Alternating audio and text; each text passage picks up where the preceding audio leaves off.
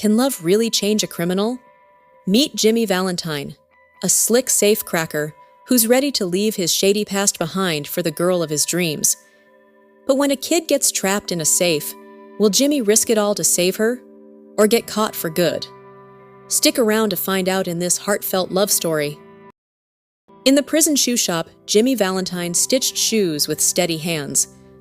A guard stepped in and led him to the prison office. There, an officer handed Jimmy a paper. It said he was free. Jimmy took it calmly, no big smile or cheer. He'd been locked up for 10 months, expecting just 3, thanks to his friends on the outside, who always pulled strings. 4 years was his sentence, but he knew he'd never stay that long. The chief prison officer leaned forward. "Valentine, you're out tomorrow. This is your shot. Be a good man. You've got a decent heart. Stop cracking safes. Live right." "Me?" Jimmy said, eyes wide like he couldn't believe it. "I've never cracked a safe in my life." The officer laughed. "Sure. Then how'd you end up here? That Springfield job? Was it a lady you wouldn't name? A judge who didn't like your face? You guys always have excuses." "I've never even been to Springfield," Jimmy shot back, keeping his cool. "Take him away," the officer said. "Get him clothes for the outside. Bring him back at 7 tomorrow." The next morning, Jimmy stood in the office again. He wore stiff new clothes that didn't fit and shoes that pinched his toes. Standard prison farewell stuff. They handed him train fare and $5 extra to start fresh. The chief shook his hand, and just like that, prisoner 9762 was gone. Jimmy Valentine walked into the sunshine. He didn't pause for the birds or flowers.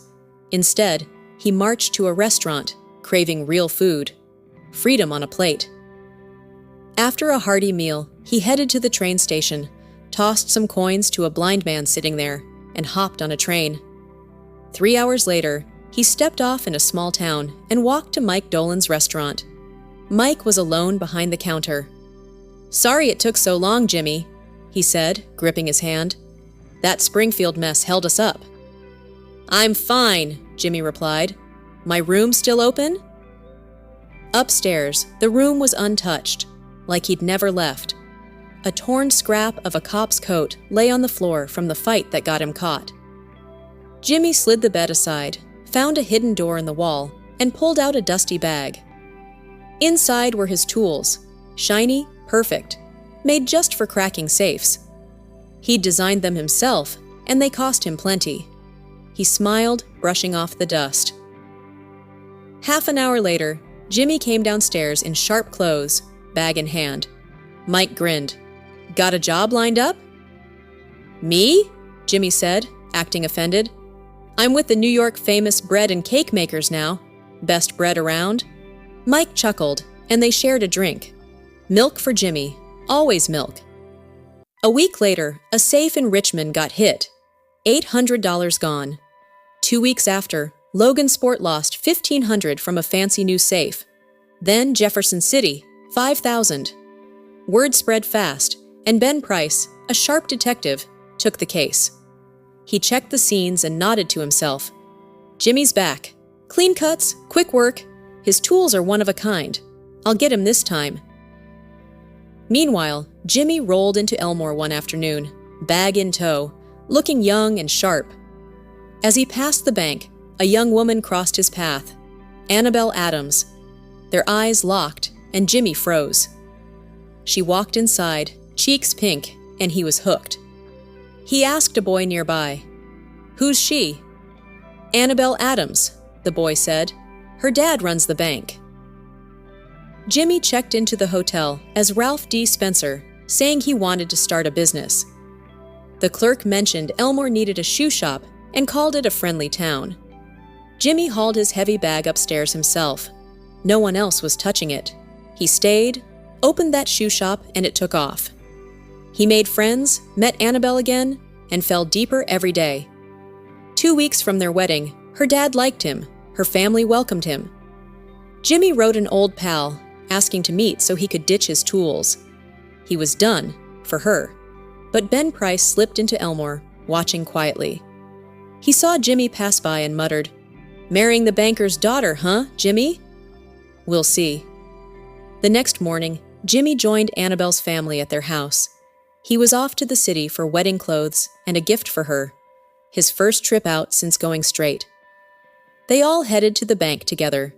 Mr. Adams, Annabelle, her sister, and 2 little girls, May and Agatha. Jimmy grabbed his bag from the hotel on the way. At the bank, Annabelle teased him, popping his hat on her head and lifting his bag. "Ralph, this is heavy. What's in here? Gold." "Just old stuff I don't need," Jimmy said with a grin. "Taking it back to save a dime. Gotta be smart now. I'm almost a husband."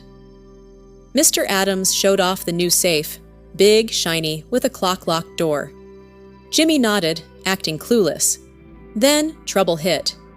May, the 9-year-old, locked little Agatha inside as a joke. Mr. Adams yanked at the door. No luck. "The clock's not set yet," he said, voice trembling. Agatha's mom screamed, banging the door. "She'll die! Do something!" "No safe crackers close enough," Mr. Adams said, shaking. Annabelle turned to Jimmy, eyes full of fear and trust. "Ralph, can't you try?" Jimmy gave her a quiet, odd smile. "Give me that flower you're wearing." She handed it over, puzzled. He tucked it in his pocket, shed his coat, and Ralph D. Spencer faded. Jimmy Valentine stepped up.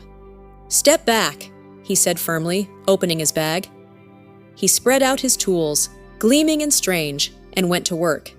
The room held its breath. 10 minutes later, the safe clicked open. Agatha fell into her mom's arms. Jimmy grabbed his coat, picked up the flower, and walked out. He thought he heard Annabelle call Ralph, but kept going. Ben Price stood at the door, blocking him. "Hey, Ben," Jimmy said, smiling faintly. "You got me. Let's go. I'm done fighting." But Ben tilted his head. "Think you're mistaken, Mr. Spencer. Don't believe we've met." Then he turned and strolled down the street. So, our story ends here. If you liked this story, you must watch the next one. It's even badder. Click on the screen to watch. I will see you there.